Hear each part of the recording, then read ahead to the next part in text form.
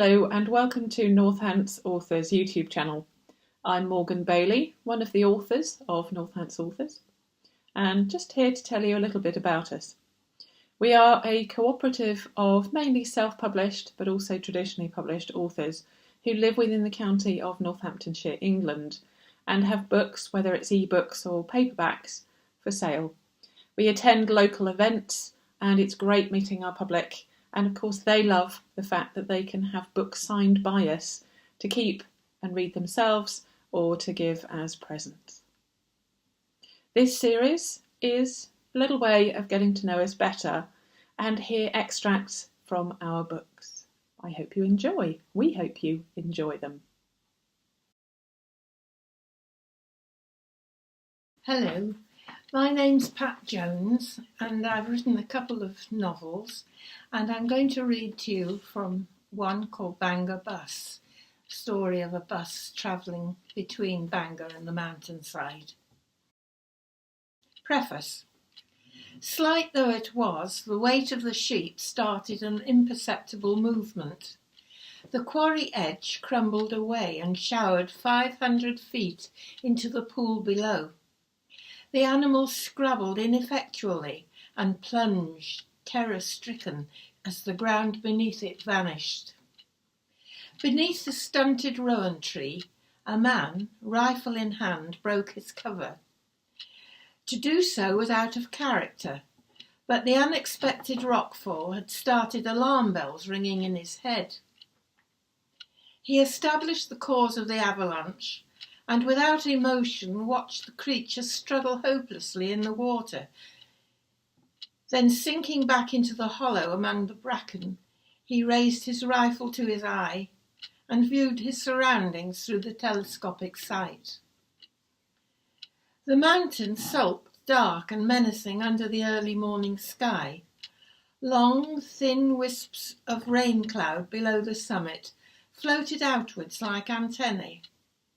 Without the sun to illuminate her features, the Lady of Snowdon retained her elusive reputation. Over Anglesey, lighter fluffy clouds splattered an ice-blue canvas. The wind, growing in strength, promised to deliver better weather. From the valley, a narrow strip of tarmac wound its way upwards between isolated cottages and sheep-shorn slopes to another, bigger quarry. An enormous, dull grey, unhealed wound, its circumference camouflaged occasionally beneath the splendours of rowan or broom. A red, single-decker bus was approaching in the far distance. It began the ascent, slowly but confidently, proving to any watching eye that this was a regular event.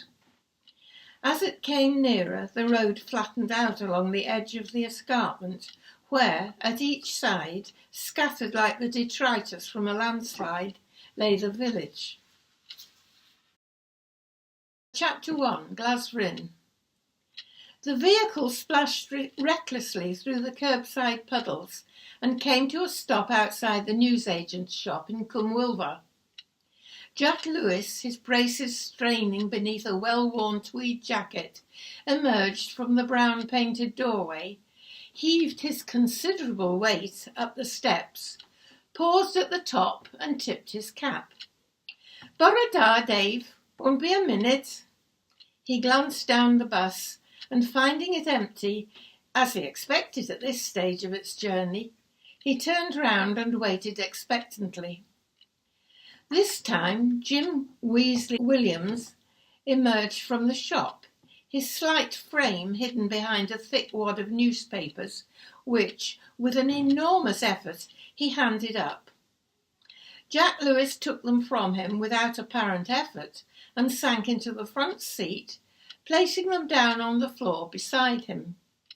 The bus moved off, Dave skillfully avoiding a cat and the dog which followed in hot pursuit across the road. The sound of the hard-worked engine echoed between the slate-walled houses as the bus left the village and climbed the hill to the Glasfryn Council estate, where it terminated its journey. Here the road flattened out and turned a hairpin shape at the top of the hill.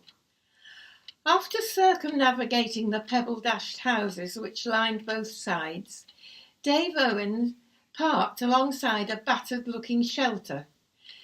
Decorated with graffiti over the years, it had a new and vulgar addition.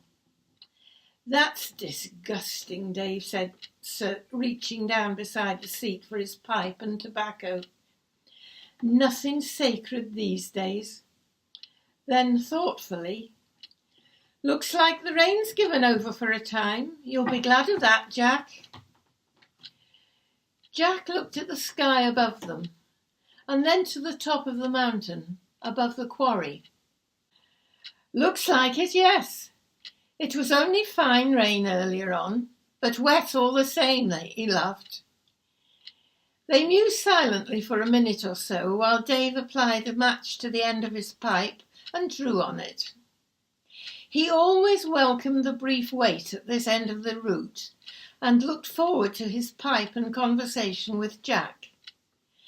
Dave had been driving the Bangor Bus for many years. A man happy with his lot and not the least ambitious, he enjoyed greeting and chatting with the passengers, most of whom he knew well by now. Jack never ceased to amaze him. He walked the 1.5 miles down to the village every day, collected the papers, and taking advantage of a free lift back, delivered them around the Glasfryn area.